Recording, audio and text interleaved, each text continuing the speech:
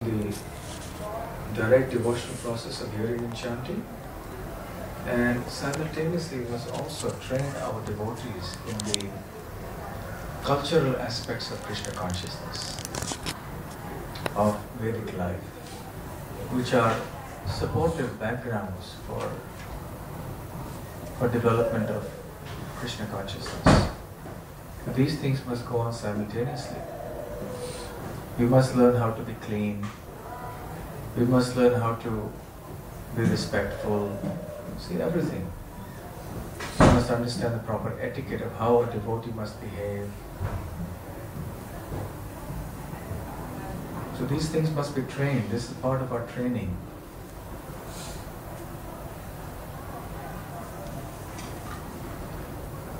Children, they must be trained how to behave towards the parents. Parents must be trained how to bring up the children. Brahmacharis must be trained how to be a brahmachari. So questions of etiquette, lifestyle, attitudes are very important. This training must also go on side by side.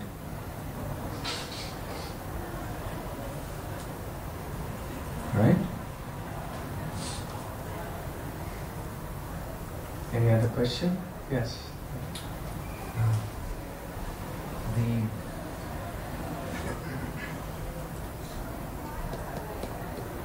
I might say it's a problem of comprehension. I feel that there is quite subtle difference, and I want to understand it to answer appropriately whenever I'm asked this question. When you said if one of us dies, we go directly to lotus feet of Krishna, lotus feet of Krishna means not necessarily Goloka Vrindavan. That depends on how much we have advanced in Krishna consciousness. If we have reached the platform of Prema Bhakti, then we will go back to Goloka Vrindavan. But wherever we are, Krishna will ensure that we are at his lotus feet, that we are engaged in devotional service, and that we continue our devotional service very strongly. Yeah, my actual question was about this Mayavada approach, about merging into something called God, and about becoming again part and particle near the lotus feet. So how these things are... No, the devotee doesn't want to have this liberation of merging into the impersonal aspect of the Lord. The devotee always wants to retain his individuality and go to these spiritual planets to serve the Lord eternally. Right? So a devotee's liberation is a state of existence where pure service predominates. There's only pure service. The only purpose of liberation is pure service. That's all. So devotees are not interested in any other form of liberation. Actually speaking, devotees are not even interested in liberation. Even the four kinds of liberation which devotees are entitled to, they're not attached to that. They just want to serve. And if Krishna wants to keep them here in the material world, they're happy to stay on.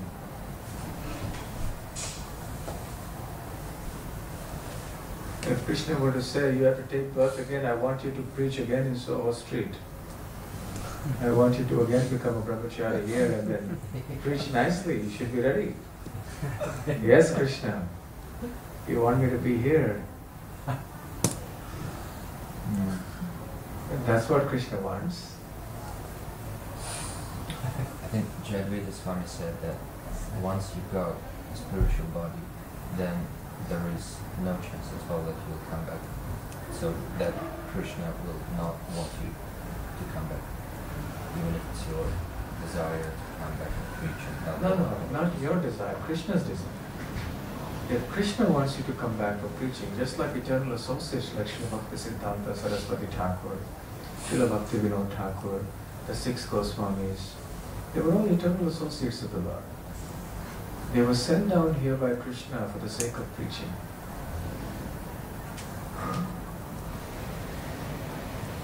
So when you go back to Godhead, if Krishna wants you to come back to Soho Street to preach, then you have to be prepared. That's the point, I would say.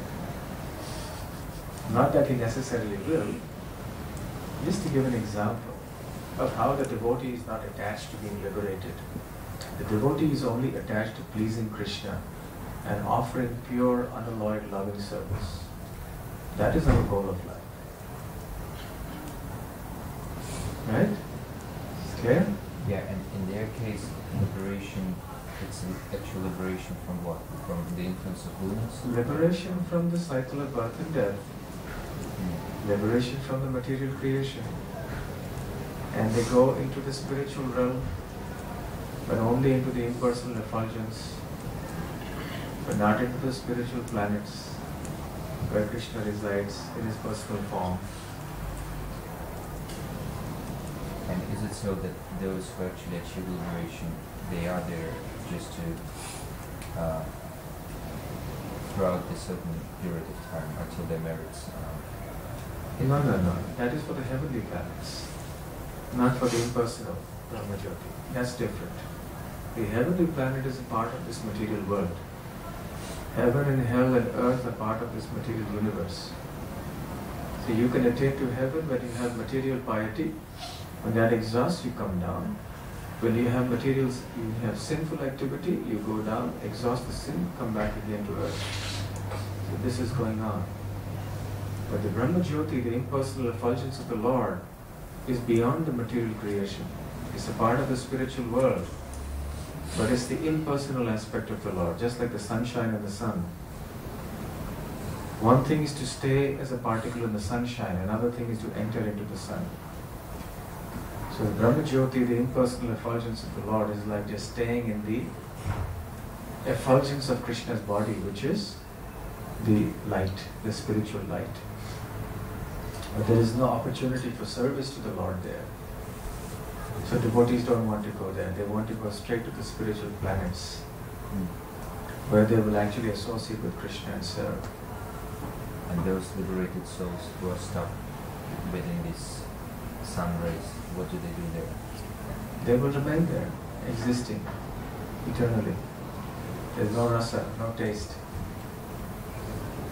So therefore there's no real bliss there. Yes, Sachin, sure. Roger, we often see that devotees in the Brahmacharya, they come from many different backgrounds, they have different habits, and perhaps if we were devotees in a congregation, there would be some Brahmacharis we mix with, or some devotees that we mix with and others that we don't, we can be a little more selective. Whereas in the Brahmacharya, we're kind of forced to associate with devotees that we would normally associate with. And generally, there's a tendency to become familiar, and just, inherently we have this tendency to find fault, and this can cause disturbances. And we try and go to the Brahmacharya and tolerate, but I think a higher principle is that we start to learn to appreciate each other. So how can we do that, especially if we're living in such an austere environment, and if simultaneously in the Brahmacharya we have bad relationships, then really speaking, it's outside, inside these problems, and it can just be really difficult. So, how can we... One of the ways to do that is training.